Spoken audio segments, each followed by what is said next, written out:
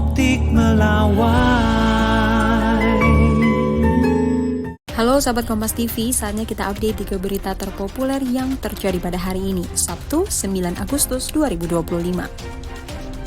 Presiden Prabowo Subianto tiba di Singapura untuk menghadiri Parade Hari Nasional ke-60 Singapura.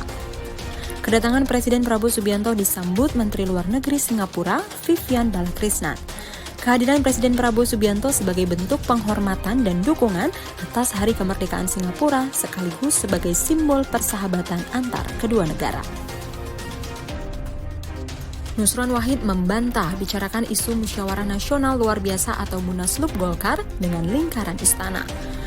Nusron Wahid, Ketua Bidang Keagamaan dan Kerohanian Partai Golkar, menanggapi santai soal isu dirinya berdiskusi perihal Munaslup Golkar di istana. Kabar dirinya menjadi calon kuat sebagai Ketua Umum Partai Golkar menggantikan Bahlil juga ditepis dengan santai. Dirinya menjawab tidak mengerti dan tidak pernah diajak bicara terkait Munaslup bersama orang-orang istana. Soal isu Munaslup Golkar itu kan udah saya jawab. Nggak ada, Gus. Saya nggak ngerti. Nggak ngerti apa nggak ada, Gus?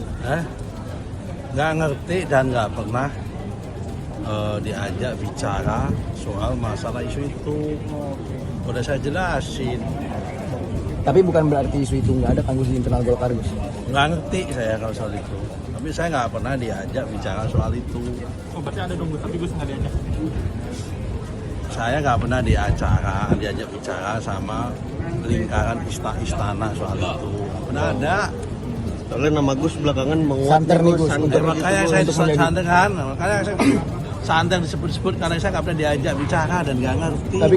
Kodam 9 Udayana masih menunggu proses investigasi terkait kasus kematian Prada Luki Capril Saputra Namo, anggota Batalion TP 834 UM Nagekeo, Nusa Tenggara Timur. Kodam 9 Udayana menanggapi banyaknya informasi yang beredar terkait kematian Prada Luki Capril Saputra Namo, anggota Batalion TP 834 UM Nagekeo, Nusa Tenggara Timur. Wakapendam Kodam 9 Udayana, Kolonel Infanteri Amir Syarifuddin bilang agar masyarakat tidak mudah terpengaruh dengan informasi yang kini beredar. Pasalnya, saat ini tim investigasi masih melakukan penyelidikan. Meski demikian, dia mengaku pihaknya juga telah melakukan pemeriksaan terhadap 20-an orang untuk dimintai keterangan. Selama ini yang kita terima itu informasi ya sekitar 20 orang, tapi dalam kapasitas dimintai keterangan dan itu pun cuma dimintai keterangan. Nanti keputusan akhirnya tetap kita lari kepada proses yang berlaku dari tim investigasi.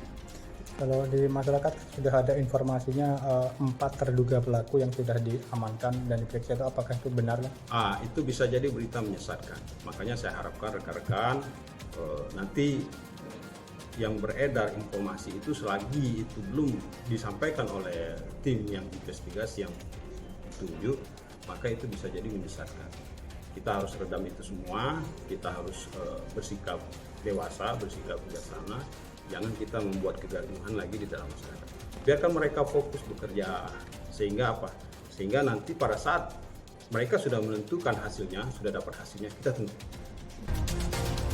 Itu dia sahabat Kompas TV, 3 berita terpopuler pada hari ini. Saya Tesalonika Ajeng pamit undur diri. Jangan lupa untuk berikan like, komen, dan share di video-video Kompas TV.